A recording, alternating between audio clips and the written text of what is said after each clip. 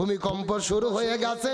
একটা বাবা সন্তানকে নিয়ে দোকানের মধ্যে দাঁড়িয়েছিলেন, একটা ঘরের মধ্যে ছিলেন, কিন্তু লক্ষ্য করে দেখা গেল হঠাৎ করে যখন ভূমিকম্প শুরু হয়েছে বিল্ডিংটা নাচানাচি করা শুরু করে দিয়েছে। বাবা ছোট্ট সন্তানকে রেখে এক দৌড়ে ঘর থেকে বের হয়ে গেছে। আল্লাহ যে বলেছেন হাসরের ময়দানে সন্তান পিতা মাতাকে চিনবে না, পিতা মাতা সন্তানকে চিনবে না।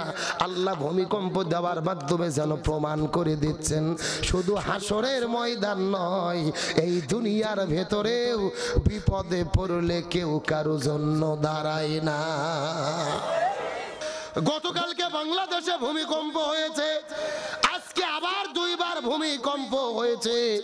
ওই ভূমিকম্পের কারণে কত দুর্ঘটনা বাংলাদেশের মধ্যে ঘটে গেল, এই দুনিয়াতে কেউ কারো নয়। গতকালকের ঘটনার দ্বারা আবারও প্রমাণ হলো প্রত্যেকটা ঘটনার ভেতরে আমাদের জন্য শিক্ষা আছে। ছোট বাচ্চাকে রেখে বাবা দৌড়ে চলে গেলেন, তার মানে সন্তানের চেয়ে নিজের জীবনকে বেশি ভালোবাসে, নিজের জীবনকে বেশি মহাব্বত করে। একটা সন্তান মাকে সঙ্গে করে নিয়ে বাজার করার জন্য বের হয়েছে, ভূমিকম্পে বিল্ডিং ধসে পড়লেন, দুনিয়া থেকে বিদায় নিয়ে চলে গেল, আর বাজার নিয়ে বাড়ির মধ্যে ফিরতে পারলেন না। 7-8 জন মানুষ এই বাংলাদেশে বিদায় নিয়ে চলে গেলেন। ওই বিল্ডিং গুলো যখন কাঁপা শুরু করে দিলেন, এমনও অনেক নিউজ চ্যানেলের মধ্যে দেখা যাচ্ছে সাংবাদিকরা ভয়ে থরথর করে কাঁপতেছে। আবার কোথাও কোথাও দেখা গেছে তারা নিজেরাই আল্লাহর নামে দোয়া দরুদ তাসবিহ পড়া শুরু করেছে। আল্লাহর কোরআন বলে জাহারাল ফাসাদু ফিল বাররি ওয়াল বাহরি বিমা কাসাবাত আইদিন নাস। জলে এবং স্থলে যত দুর্ঘটনা ঘটে, যত বিপর্যয় ঘটে, সব কিছুই হলো মানুষের দুই হাতের কামাই। ভূমিকম্প হওয়ার সঙ্গে সঙ্গে পরীক্ষা শুরু হয়ে যায়, কোথায় শুরু হলো, কোথায় শেষ হলো, কত মাত্রায় ভূমিকম্প হলো। কিন্তু বিজ্ঞানীগুলো ফেল করে গেছে। ভূমিকম্প কখন হবে কোন বিজ্ঞানী বলতে পারে? তার মানে বোঝা যায় এর মাধ্যমেও আল্লাহর শক্তি প্রমাণ হয়। ওই বিজ্ঞানীদেরকে বলি তোমাদের মাথার ঘেলু নাই, ওই পরীক্ষাগুলো বাদ দিয়ে পরিষ্কার করে ঘোষণা দিয়ে দাও শুধুমাত্র ভূমিকম্প হওয়া কেন, একটা গাছের পাতাও নড়ে না আমার আল্লাহর ইশারা ছাড়া। আমার নবী তিরমিজি শরীফের হাদিসের মধ্যে বলেছেন ঘন ঘন যখন ভূমিকম্প হবে এটা কিয়ামতের আলামত। কিসের আলামত? আল্লাহ সূরা কোরআনের মধ্যে বলেছেন, জিলজাল সূরার মধ্যে বলেছেন ইজা জুলজিলাতিল আরদু জিলজালাহা, যখন এই পৃথিবী তার নিজের কম্পনে কম্পিত হবে, তার মানে কিয়ামত শুরু হবে বড় একটা কম্পনের মাধ্যমে, ভূমিকম্পের মাধ্যমে। আল্লাহ যেন ভূমিকম্পের মাধ্যমে আমাদেরকে কিয়ামতের কথা স্মরণ করে দিতে চায়। আরো জোরে বলেন। শুধুমাত্র দৌড়ে পালিয়ে পালানো নয়, কোনো মতো নিজেকে সেভ করা নয়, আল্লাহ তাআলা বুঝাতে যাচ্ছে কিয়ামত অতি সন্নিকটে, সাবধান হও নতুবা তোমাদের বিপদে পড়তে হবে। বাবা সন্তানকে রেখে পালিয়ে গেছে, তার মানে বাবা সন্তানের জন্য নয়, স্ত্রী স্বামীর জন্য নয়, হাসরের ময়দানে কেউ কারো পাশে দাঁড়াবে না, নিজের আমুলকে নিয়েই নিজেকে যেতে হবে। আর ভূমিকম্পের ভয় না করে আল্লাহকে ভয় করো, ঈমান আমল ঠিক করো, যেখানেই মারা যায় আমল ঠিক থাকলে আল্লাহ জান্নাতের মেহমান বানায়া দেবে। সুতরাং ভূমিকম্প নিয়ে অনেকে বলতেছে মোকাবেলা করব, প্রস্তুতি নিচ্ছি। ভূমিকম্পের মোকাবেলা বড় বড় বিল্ডিং নয়, বড় বড় শক্তিশালী প্রস্তুতি নয়, ভূমিকম্পের মোকাবেলা হলো ঈমান এবং আমল পাকাপোক্ত করা। আপনি ঈমান আমল ঠিক করেন, আপনার কোনো টেনশন নাই, যে কায়দায় মরে যায় সাথে সাথে জান্নাত দেবে কে? আরো ধরে বলেন। আজকে বাবা ছেড়ে যাচ্ছে সন্তানকে, নেতা ছেড়ে যাচ্ছে কর্মীদেরকে, হাসিনা পালে গেছে কর্মীদেরকে রাখে, হাসরের ময়দানে তাদেরকে দিয়ে কাজ হবে? এ জোরে বলেন কাজ হবে? আল্লাহর কোরআন বলছেন ইয়াউমা নাদউ কুল্লা উনাসিম বিইমামিহিম, হাসরের ময়দানে কোনো মানুষ একা থাকবে না, প্রত্যেকটা মানুষের সামনে থাকবে তার নেতা। সামনে থাকবে কে? এখন আপনার সামনে যদি সুদখোর, ঘুষখোর, বাটপার, চাঁদাবাজ এই নেতা থাকে, বিপদ আছে না নাই? আরো জোরে বলেন। যেই নেত্রীর জন্য জীবন যৌবন শেষ করে দিলেন, একটা বার বলে পর্যন্ত গেল না, পাইলে চলে গেল। হাসিনা হাসরের দিনে বলবে আমার আওয়ামী লীগ নামে কোনো দলই ছিল না। কথা কর না গা। তাহলে আখেরাত ভালো করবে গেলে এই দুনিয়াতে ভালো নেতার পেছনে ঘোরার দরকার আছে না নাই? আরো ধরে বলেন। এই যে দুই মুরব্বি উঠলে কেন বাবা? না না না, বেশি পেশাব করা তো লক্ষণ ভালো না, ডায়াবেটিস হবে। আবার বাড়ির বউ থাকলে আরো বিপদ। আলোচনা কি চলবে? এ কথা বলেন চলবে? কারা কারা চলবে হাত তুলুন তো দেখে। লিল্লাহে তাকবীর, আল কোরআনের আলো। আমার বন্ধুগণ, মুসলমান ভাইরা, গভীর মনোযোগ। যেই বিষয়টা বোঝানোর জন্য এতক্ষণ পর্যন্ত আপনাদের মধ্যে আলোচনা করলাম, ভালো করে বোঝার চেষ্টা করবেন। ওই নবীজির সম্মান মর্যাদাকে বৃদ্ধি করে দিয়েছেন কে? তবে একটা বোঝার বিষয় হলো, আল্লাহ নবীজির এত সম্মান দিলেন, মর্যাদা দিলেন, কিন্তু আল্লাহ তাআলা নবীজিকে এত বড় এতিম কেন বানাইলেন? নবীর মতো এত বড় এতিম এই দুনিয়ার মধ্যে কেউ ছিল? শিশুকালে মইরা গেছে মা, গর্ভে থাকতে মরছে পিতা, নবী চোখে দেখিলেন না। আমায় কে করিবে লালন পালন, কে দিবে সান্ত্বনা? এই দুনিয়ার বড় এতিম নবী ছিলেন একজনা। মুসলমান, গভীর মনোযোগ। যেই বিষয়টা বোঝানোর জন্য এতক্ষণ পর্যন্ত আপনাদের মধ্যে আলোচনা করলাম, কতগুলো ভালো করে বোঝার চেষ্টা করবেন। নবীজির উপাধির নাম হলেন হাবিবুল্লাহ। ইব্রাহিম নবীর ডিগ্রি ছিলেন খলিলুল্লাহ। খলিলুল্লাহ তাদেরকে বলা হয় যে আল্লাহকে ভালোবাসে, আর হাবিবুল্লাহ তাকে বলা হয় আল্লাহ নিজেই যাকে ভালোবাসে।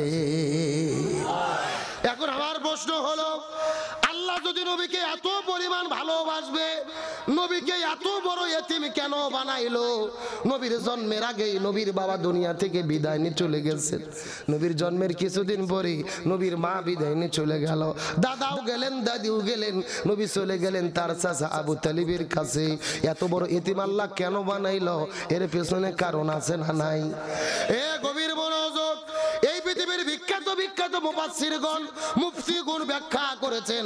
আল্লাহর কোরআন বলেন, লাকাদ কানা লাকুম ফি রাসূলিল্লাহি উসওয়াতুন হাসানা। নবীর জীবনের মধ্যে আল্লাহ শ্রেষ্ঠ আদর্শ দিয়েছি। আল্লাহ যদি নবীকে এতিম না বানাইতো, এই দুনিয়ার মধ্যে যারা এতিম হতো, নবীর কাছে যাওয়ার পরে বলতো, ইয়া রাসূলুল্লাহ, আপনি তো আমাদের কষ্ট বুঝতে পারবেন না, আমাদের ব্যথা তো আপনি বুঝতে পারবেন না। আল্লাহ আপনাকে এতিম বানাই নাই, আমরা তো এতিম, আমাদের মতো দুঃখে কষ্টে কেউ নাই। এইরকম কোন এতিম যেন নবীকে বলতে না পারে।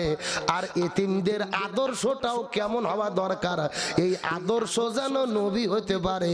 এই জন্য আল্লাহ নবীজিকে এতিম বানায়া দিয়েছে। গভীর মনোযোগ।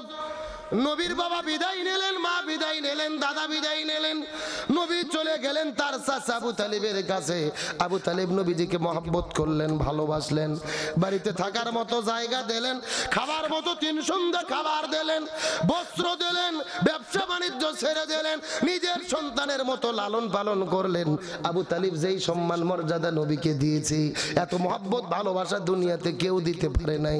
কিন্তু প্রশ্ন করি, বলেন তো, আবু তালিব কি জান্নাতে যেতে পারবে? আরো জোরে বলেন। পারবে না। এই যে কেন পারবে না, এই বিষয়টা বোঝানোর জন্যই আমি এই আলোচনাটা ধরেছি। একেবারে মূল কথা, আবু তালিব নবীজিকে সন্তানের মতো ভালোবাসলো, বাড়িতে জায়গা দিল, খাবার দিল, পোশাক দিল, তারপরেও কেন জাহান্নামে যাবে আমাদের জানার দরকার আছে না নাই? এতটুকু যদি আমি বুঝতে পারি, তাহলে কষ্ট করে এখানে আসা আমার সার্থক হবে ইনশাআল্লাহ। বলেন, শুনতে রাজি আছেন? হ্যাঁ বলে দেবো, তবে যদি অনুমতি দেন আমাদের মা বোনদের জন্য 2 মিনিট কিছু বলতে চাই। বলার দরকার আছে না নাই? গভীর মনোযোগ। হাজার হাজার মা বোনেরা এসেছে, তারা আবার মনে মনে চিন্তা করবে, হুজুর ওয়াজ করলো ভালো, কিন্তু আমাদের কথা বললো না। কথা বলেন না কেন? লক্ষ্য করে বোঝার চেষ্টা করবেন, ভালো করে মনোযোগ দিয়ে বোঝার চেষ্টা করবেন। আমার নবীজি একদিন গভীর রজনীতে আস্তে করে বিবি খাদিজার ঘরের মধ্যে চলে গেলেন। যাওয়ার পরে লক্ষ্য করে দেখে বিবি খাদিজা ঘরের মধ্যে ঘুম পাড়তেছে। এমন সময় নবীজি আস্তে করে যাওয়ার পরে খাদিজার কপাল বরাবর চুম্বন করেছে। কোথায় চুম্বন করেছে? এখন বলো তো, স্বামী স্ত্রীর কপালে চুম্বন করা কি শুধু কি জায়েজ? সুন্নাত। জোরে বলেন কি? কিন্তু চুম্বন করবেন কখন? বিয়ের আগে না বিয়ের পরে? কথা কয় না। সিরাজগঞ্জের মুসলমান গভীর মনোযোগ। এই যে বাংলাদেশের ভেতরে 14 ফেব্রুয়ারি যখন চলে আসে, স্কুল কলেজ ভার্সিটির ভেতরে রমনার বটমূলে পার্কে পার্কে লেখে লেখে আপনাদের সিরাজগঞ্জ জেলায় যমুনা সেতুর নিচে পার্কের ভেতরে 14 ফেব্রুয়ারিতে যেই কপত কপতি যুবক যুবতী কুকুরের মতো জোড়া লাগে, চিৎকার করে বলেন তো, এরা বিয়ার আগে করে না বিয়ের পরে? আর কথা কয় না রে, এ জোরে কান, আগে না পরে? কেরে কেউ ভোগ নিয়ে যে কুকুরের মতো জোড়া লাগে পার্ক? যুবকদের কমন পড়তে খেলে হাসতেছে আর কথা বলতেছে না। এ চিৎকার করে বলেন, বিয়ের আগে প্রেম ভালোবাসা জায়েজ? জোরে বলেন জায়েজ? বরং বিয়ের আগে একটা ছেলে মেয়ে যেটা করলে গুনাহ হয়, বিয়ের পরে ওই একই কাজ করলে সওয়াব হয়। জোরে কোন সুবহানাল্লাহ। আমার বন্ধুগণ, মুসলমান ভাইরা গভীর মনোযোগ। সময় কম, আমি আপনাদের বেশি ব্যাখ্যা দিতে পারবো না। চুম্বক কিছু কথা আমি মা বোনদের জন্য বলতে চাই। তাহলে চিৎকার করে বলেন তো, নবীজি খাদিজার কোথায় চুম্বন করেছেন? খাদিজার ঘুমটা ভেঙে গেল। রাসূল লাগতে বলে, খাদিজা তোমার কপালে চুম্বন দেওয়ার কারণ হলো আল্লাহর পক্ষ থেকে তোমার জন্য 2টা সুসংবাদ আছে। চিৎকার করে বলেন তো, সুসংবাদ আছে কয়টা? সাউন্ড নাই। আপনাদের কি কষ্ট হচ্ছে? এই যে আমি বসে আছি মাঝখান দিয়ে সোজা, ডান দিকে এক ভাগ, বাম দিকে আর এক ভাগ। আপনারা মুখ বন্ধ করে থাকেন, আপনারা বলেন তো দেখি, খাদিজার জন্য সুসংবাদ আছে কয়টা? আরো জোরে। আপনারা মুখ বন্ধ করেন, আপনারা বলেন তো দেখি, খাদিজার জন্য সুসংবাদ আছে কয়টা? ওরে বাবা, কেরে ভাগ করে দিয়ে না সাউন্ড বাজতেছে? তার মানে আপনি আলসামি করতেছেন না? এই সিরাজগঞ্জ তারাশের মুসলমান গভীর মনোযোগ। ডানে যারা আছেন কথা বলবেন, বামে যারা আছেন কথা বলবেন, মঞ্চে যারা বসে আছেন তারাও কথা বলবেন।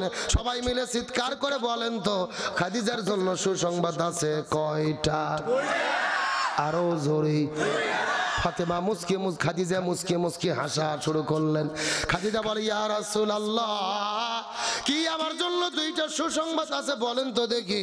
এমন সময় রাসূল ডাকতে বলে, খাদিজা প্রথম নম্বর সুসংবাদ হলো তুমি সর্বপ্রথম কালেমা পড়ে মুসলমান হয়েছো।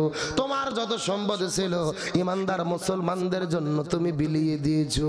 আমার আল্লাহ তাআলা তোমার উপরে এত বেশি রাজি খুশি হয়ে গেছে, স্বয়ং আমার আল্লাহ আরশে আজিম থেকে তোমাকে সালাম জানায়া দিছে। লিল্লাহি তাকবীর। এই দুনিয়ার ভিতরে একজন মহিলাকে আল্লাহ তাআলা সরাসরি সালাম করেছে। চিৎকার করে বলেন তো দেখি, মহিলাটার নাম কি?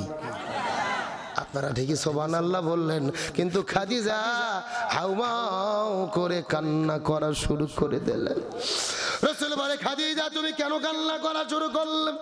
খাদিজা রাখতে বলে, ইয়া রাসূলুল্লাহ, আল্লাহ আমাকে জীবনে প্রথম সালাম দিয়েছে, আমি গলাম মূর্খ সুরক মানুষ, আল্লাহর সালামের জবাবটা কেমনে দেওয়া লাগে আমার তো জানা নাই। আমার মনের মধ্যে বড় ভয় হয় আল্লাহর সালাম জবাব দিতে গিয়ে বড় বেয়াদবি করে ফেলি কিনা। ইয়া রাসূলুল্লাহ, আমি তো মূর্খ সুরক মানুষ, আল্লাহর কথার জবাব কেমনে দেব, সালামের জবাব কেমনে দিতে হবে তা আমার জানা নাই।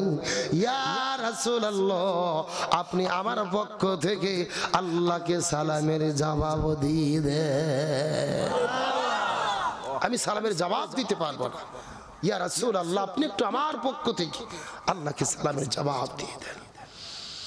আমার বন্ধুগণ মুসলমান ভাইরা গভীর মনোযোগ, নবী খাদিজার সালামের জবাব দিয়ে দিলেন। খাদিজা মুস্কি একটা হাসি দেওয়ার পরে বলে, ইয়া রাসূলুল্লাহ, 2 নম্বর কি সুসংবাদ আপনার কাছে জানতে চাই, বলেন তো দেখি। রাসূল ডাকতে বলে, খাদিজা গভীর মনোযোগ, তোমার জন্য 2 নম্বর সুসংবাদ হলো আল্লাহ তাআলা বলেছে, আল্লাহ শুধু তোমাকে সালাম জানাইয়া ক্ষান্ত করে নাই, আল্লাহ তাআলা ঘোষণা করেছে তুমি খাদিজা হবে জান্নাতের মেহমান। সঙ্গে সঙ্গে ফাতেমা খাদিজা মুস্কি মুস্কি হাসা শুরু করে দিলেন। নবী ডাকতে বলে, খাদিজা তুমি কেন মুস্কি হাস? খাদিজা ডাকতে বলে, ইয়া রাসূলুল্লাহ, এই দুনিয়ার ভেতরে আল্লাহ আমাকে জান্নাতের সার্টিফিকেট দিলেন, আর চাইতে তো বড় সুসংবাদ আর কিছুই হতে পারে না, এই জন্য আমি মুস্কি মুস্কি হাসতেছি। রাসূল বলে, খাদিজা এইবার তুমি বলো তো দেখি, তুমি জান্নাতের মধ্যে যাবা এই কথাটা সত্য, আল্লাহ তোমাকে সালাম দিয়েছে এটাও সত্য, কিন্তু তুমি বলো তো দেখি ওই জান্নাতের ভেতরে কে জান্নাতি নারীদের সর্দারনি হবে, কে জান্নাতি নারীদের সর্দারনি হবে? খাদিজা ডাকতে বলে, ইয়া রাসূলুল্লাহ, যে আল্লাহ তাআলা আমাকে সালাম জানাইয়া দিল, আমাকে জান্নাতের সার্টিফিকেট দিল, আমি সর্বপ্রথম কালিমা পড়ে মুসলমান হয়েছি, আমার মনে বলে আল্লাহ আমাকে এই জান্নাতি নারীদের সর্দারনি বানাবে। রাসূল বলে, খাদিজা তুমি বড় ভুল ভেবেছো, তুমি জান্নাতি নারীদের সর্দারনি হবে না, জান্নাতি নারীদের যিনি সর্দারনি হবে তিনি তোমার পেটের মধ্য থেকে জন্মগ্রহণ করেছে খাতুনে জান্নাত ফাতেমা। লিল্লাহি তাকবীর। জান্নাতি নারীদের সর্দারনি নাম হলো ফাতেমা। জোরে বলেন নাম কি? আরো জোরে। আপনারা নাম শুনে তো ঠিকই সুবহানাল্লাহ বললেন, খাদিজা কি সুবহানাল্লাহ বলেছে? খাদিজার মনটা বড় খারাপ। নবী বললেন, খাদিজা ফাতেমা জান্নাতি নারীদের সর্দারনি হবে, এই কথা শোনার পরে তোমার মনটা কেন খারাপ হলো? খাদিজা ডাকতে বলে, ইয়া রাসূলুল্লাহ, আমি সর্বপ্রথম কালিমা পড়ে মুসলমান হলাম, আমার যত সম্পদ ছিল আমি সব ইসলামের জন্য বিলিয়ে দিলাম, আল্লাহ আমাকে সালাম জানাইয়া দিল, জান্নাতের আমাকে সার্টিফিকেট দিয়ে দিল, অথচ আমি শুধু জান্নাতি, আমার পেটের মেয়ে ফাতেমা জান্নাতি নারীদের সর্দারনি, আমি শুধু জান্নাতি, তার মানে আমি হলাম কর্মী, আর আমার মেয়ে ফাতেমা সে হলো নেতা। সে কে? মানে আমি শুধু জান্নাতি আর আমার মেয়ে ফাতেমা জান্নাতি নারীদের সর্দার, মানে কি? আরো জোরে বলেন। খাদিজার মনটা বড় খারাপ, আমি শুধু জান্নাতি, আমার পেটের মেয়ে জান্নাতি, কেন সর্দারনি হবে? তার মানে বোঝা যায় খাদিজা মন থেকে মেনে নিতে পারে। এখান থেকে বোঝা গেল মহিলাদের মনের মধ্যে হিংসা